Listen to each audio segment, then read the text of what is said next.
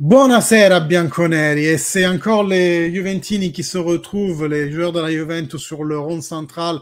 On voit tous les joueurs s'accolader les uns les autres. Il l'avait fait en début de match. Donc ce Lecce-Juventus termine 1-0 avec un but magnifique, un chef-d'œuvre de Fagioli. Mais cette Juventus nous démontre que le coup a été dur avec Benfica. On n'est toujours pas au point. Cette Juventus doit s'améliorer. On a vraiment besoin de s'améliorer. Il y a une courbe montante avec Torino, avec Empoli, une rechute avec Benfica. Mais là, c'est la Ligue des Champions. Le Benfica n'a pas perdu un seul match de la saison. Il a fait juste un match nul en championnat. Donc, on pouvait croire que c'était plus difficile que les autres équipes qu'on a eues à défier, mais là, contre ce Lecce, on aurait dû faire mieux que ça. Alors que jusqu'à la 70e, on a été encore avec le poids sur le cœur. Est-ce qu'on va le gagner, ce match? Et après, on y arrive avec una giocata, un très beau tir de Fagioli, un tir à la Del Piero. Il va chercher la toile d'araignée, il va chercher la lucarne. Et là, il y a les joueurs du Lecce qui sont face à leur virage à prendre des applaudissements. Pourquoi? Parce qu'ils ont résisté contre l'envahisseur. Il y a un seul petit village. Non, je fais l'astérix, mais ils prennent les applaudissements et mérités par leurs tifosi parce qu'ils ont tenu bon et même à la fin du match, ils ont essayé de rattraper ce match nul avec les ongles et avec les dents. La Juventus a fait une mauvaise prestation aujourd'hui. Il y a eu juste ces 5 minutes de folie à la rentrée d'Ealing où Ealing fait une belle action sur la gauche, sert un ballon à Fagioli, il se retourne dans un mouchoir et il va chercher la lucarne avec un très beau skill. Franchement, c'est ce skill aujourd'hui qui sauve la Juventus, qui donne les 3 points à Juventus. Et Fagioli, on n'a pas du tout visé sur lui depuis le début du championnat. Je ne dis pas que c'est à tort ou raison.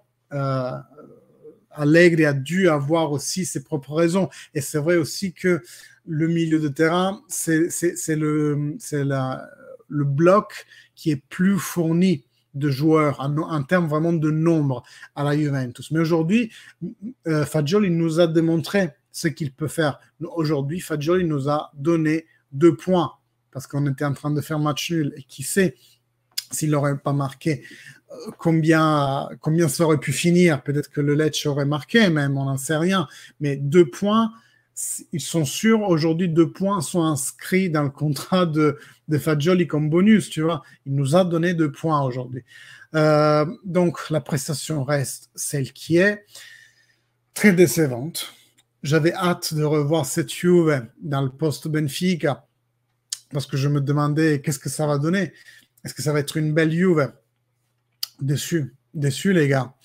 Un match ennuyeux, on s'est retrouvé avec vous en live à parler de raclette et d'autres choses parce que le match ne nous donnait rien en fait.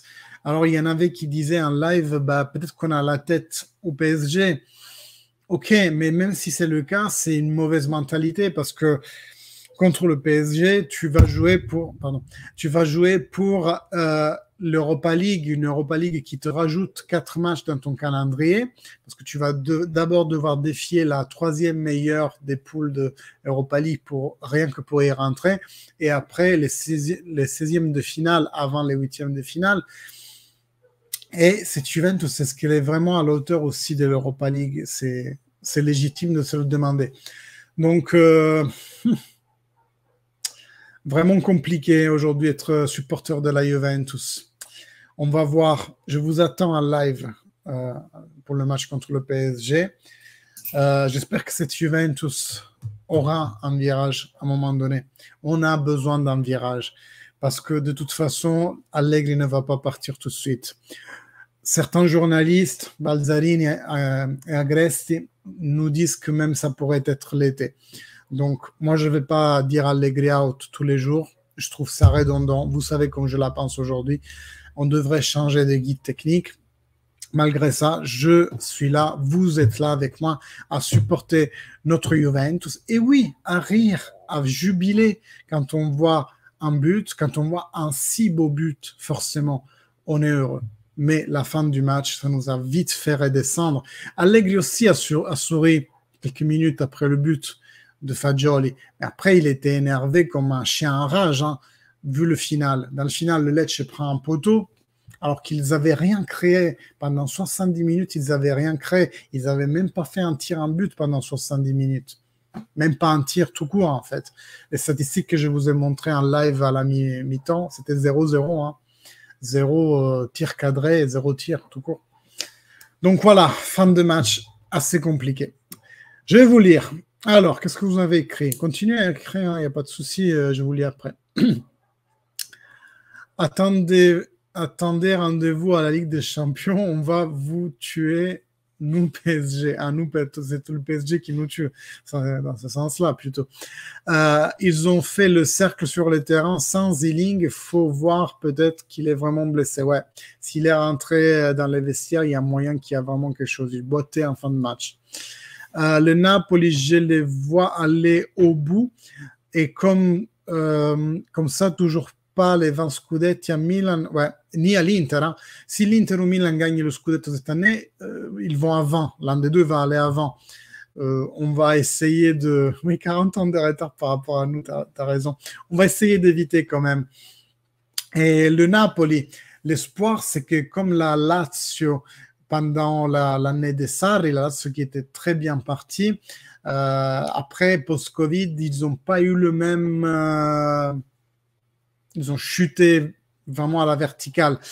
Donc, qui sait, après cette Coupe du Monde, comme la donne va changer pour toutes les équipes, nous, peut-être que cette fois, on fera une très bonne préparation.